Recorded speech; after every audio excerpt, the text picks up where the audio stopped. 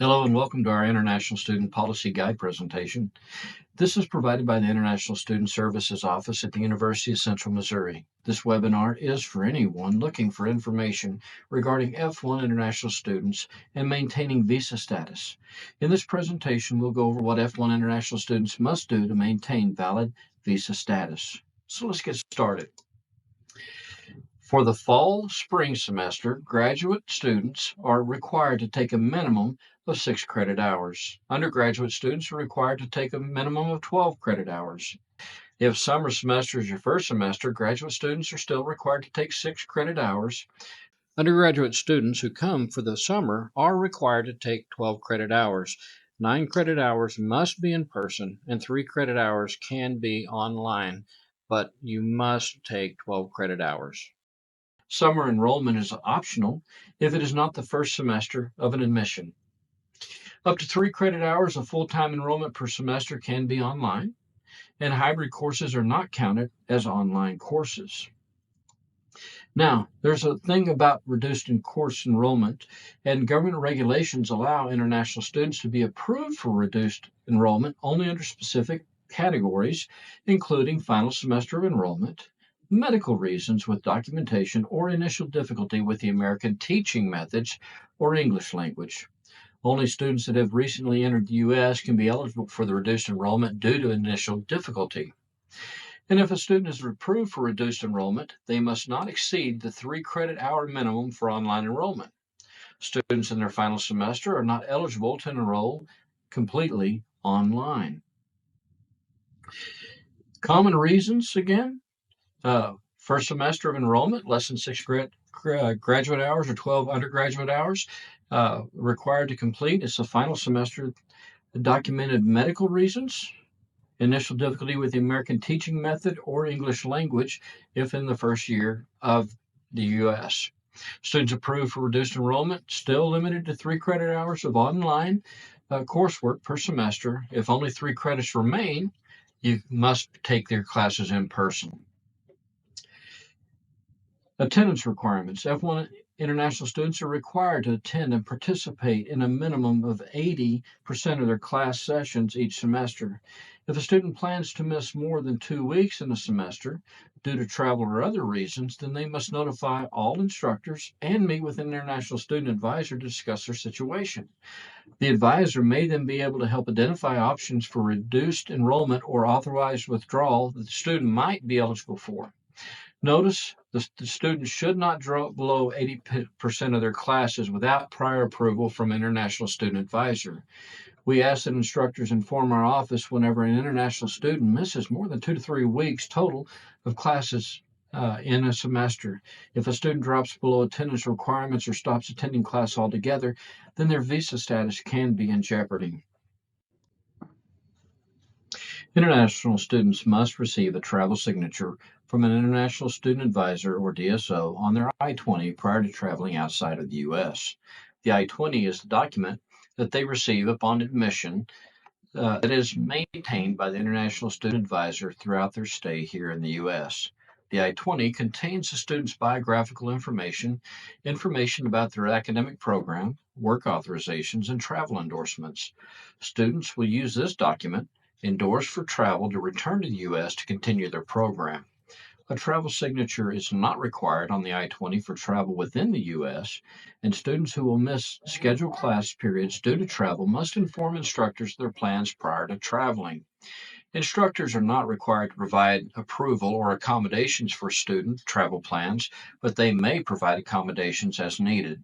Again, if a student will be missing more than 2 to 3 weeks in the semester, instructors are asked to please notify International Student Services of the absence. International students who are academically suspended or designated as ineligible for degree immediately lose their valid F1 status and cannot remain in the U.S. in that status. Therefore, international students that are placed on academic probation who are on continuing probation will receive an email from the ISS office. Through this communication, we share the potential impact on the F1 visa status if the students remain on academic probation in the future. If students are suspended or ineligible for a degree, then they must either leave the U.S. or transfer to a school that will assist them with the reinstatement of their F1 visa status. The academic dishonesty policy at UCM is the same for both international and domestic students. Once a decision is made within the academic department in the case of plagiarism or academic dishonesty, then the student will need to meet with an international student advisor if the decision impacts their ability to enroll. The advisor will be able to provide further instructions regarding a student's status if the student must be dropped from a class, removed from their program, or suspended from school. International students have an estimated program end date listed on their I-20 documentation. This date is generally 5 years after the program start date for the undergraduates and 2 years after the program start date for the graduate students. The date is also shortened if the student applies for optional practical training work authorization for after graduation in their final semester. If students will not complete program requirements by the I-20 program end date, and they will need to enroll in additional credits for the following semester, then they will be required to apply for an I-20 program extension prior to the end date on their I-20. The academic department must provide an email confirmation to ISSS@ucmo.edu with the following information. Why didn't the student complete the program as expected? What is remaining to complete? And when will the student complete the program requirements?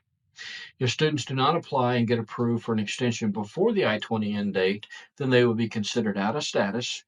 And students who are completing U grade, though, or do not need to enroll in additional credit hours are not eligible for an I-20 extension. Students placed on academic probation also are not eligible for an I-20 extension. We hope so far that this session has been informational.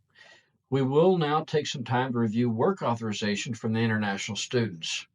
F1 international students will only have authorization to work on campus. They may work up to 20 hours per week between all on-campus jobs while classes are in session. International Student Services may be informed when an international student exceeds 20 hours per week during the academic semester. Notice that when a student works more than 20 hours per week, they are considered to be in violation of their visa status. During official break periods, Thanksgiving, winter, spring, summer break, students may work up to 40 hours per week. Off-campus work is not allowed unless prior approval is provided by the International Student Advisor. For example, in the case of internships. Finally, international students may work on campus as long as they are still students. Therefore, they must stop working on campus by the Friday of finals week in their final semester of enrollment.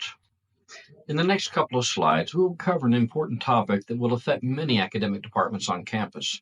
This applies to departments that require paid or unpaid practical training for students to meet course requirements. International students may only start and participate in any internship, practicum, student teaching, clinicals, or other practical training requirements with prior written approval from an international student advisor or DSO. The written approval is added by the DSO to the student's I-20 and is called Curricular Practical Training, or CPT for short. This requirement applies to all international students in practical training courses and assignment if the work is paid or unpaid or on or off campus. Assignments that only require observation may not require approval. However, if it is repeated and off campus, please consult with our office before an international student participates. International students requesting approval for practical training must have been enrolled in the program for at least one academic year. They may be enrolled in a class for credit that is tied to the practical training experience. The class must also apply to the completion of their degree program.